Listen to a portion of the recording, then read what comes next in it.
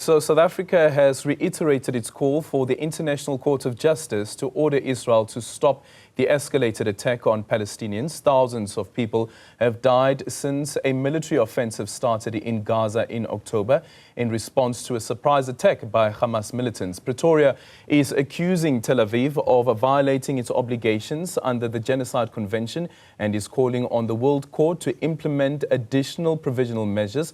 South Africa's ambassador to the Netherlands, Vusi Madonsela, says the gravity of the attacks require urgent intervention.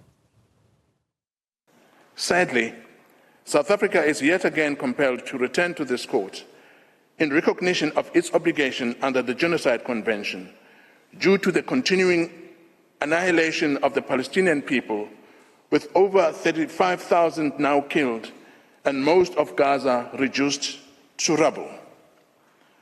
Despite the short notice of this oral hearing, South Africa has traveled here today to do what it can to urgently stop the ongoing genocide. The gravity of the attacks requiring urgent and speedy proceedings to preserve the rights of the Palestinian people, a commitment which South Africa takes seriously. Israel is escalating its attacks on Palestinians in Gaza, and in so doing is willfully breaching the binding orders of this court. Israel similarly breaches the binding resolutions of the United Nations Security Council, erroneously believing from the lack of countermeasures by the international community that it is exempt from having to respect international law. Well, joining us now from The Hague is DIRCO's Zane Dangor, who is the DG. DG, good morning. Thank you so much for making time for us.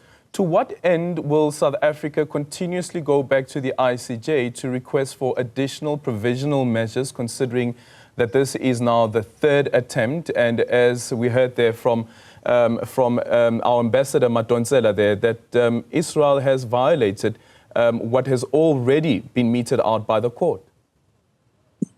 Well, as you've heard the ambassador outline why we've gone back to the court, the legal team expanded on this. That since we've been to the court in January, additional, I think about 15 additional thousand people have been killed.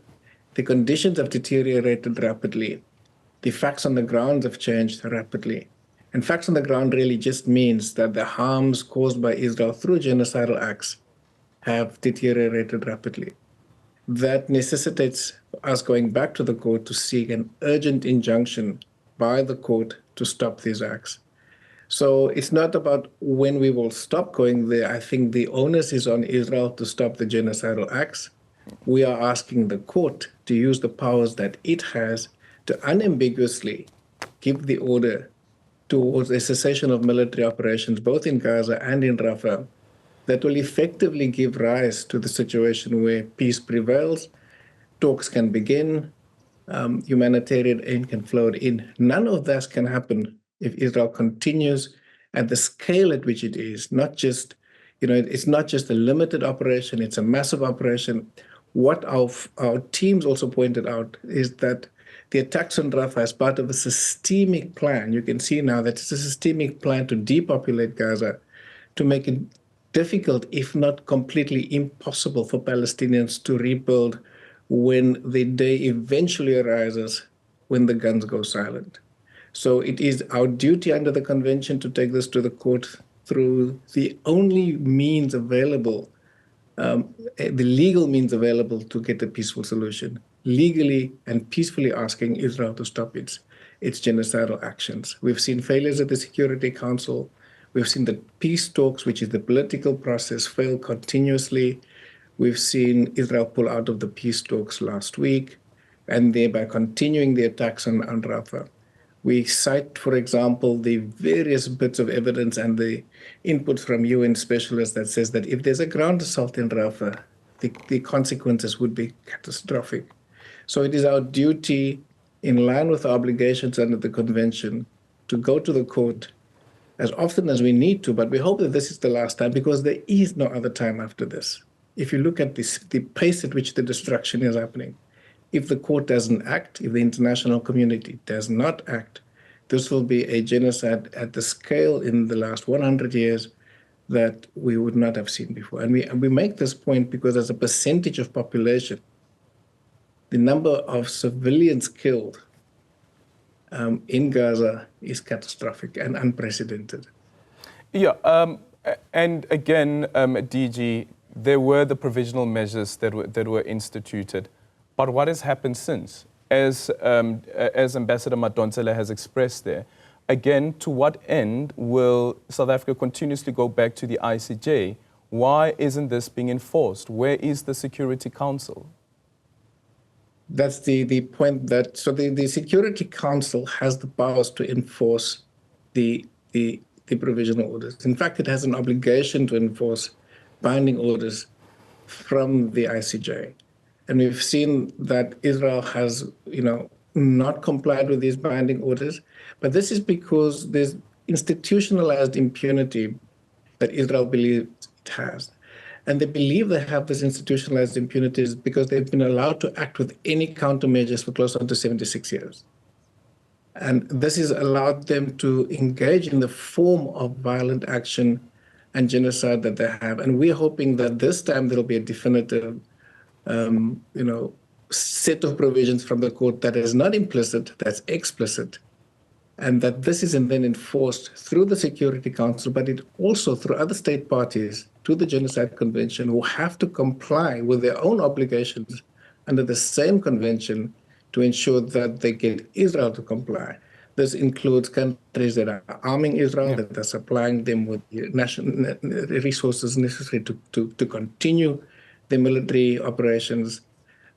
So we are hoping that a number of issues come into play, the Security Council, but also the states and their duties under the convention, and also under the international legal obligations not to comply with what is termed an internationally wrongful act, that this will finally put a stop to the scale of the Israeli operations in Gaza.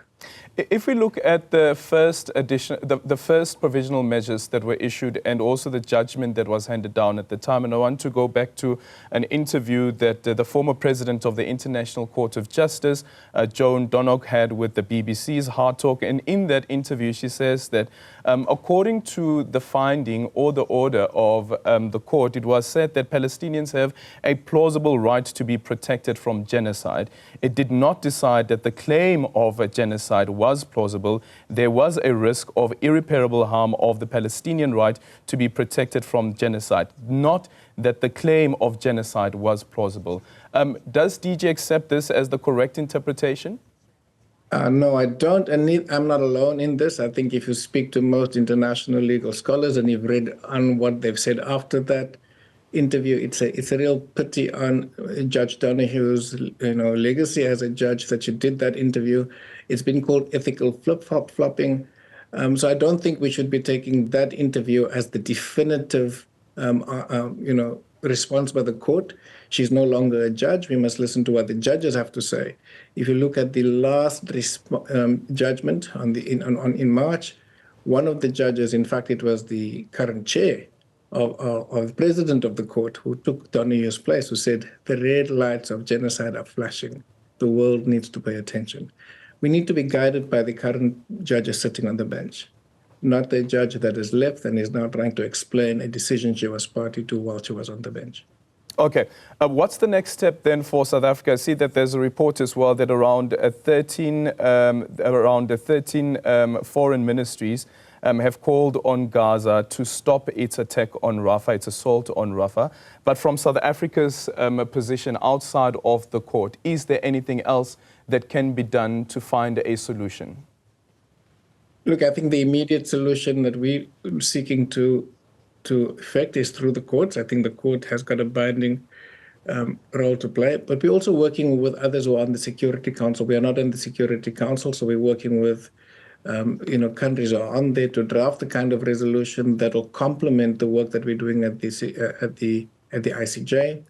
We're engaging with countries that are part of the peace talks, in Qatar, Egypt, and the US and others. So we're quite aware of the dynamics that's taking place there.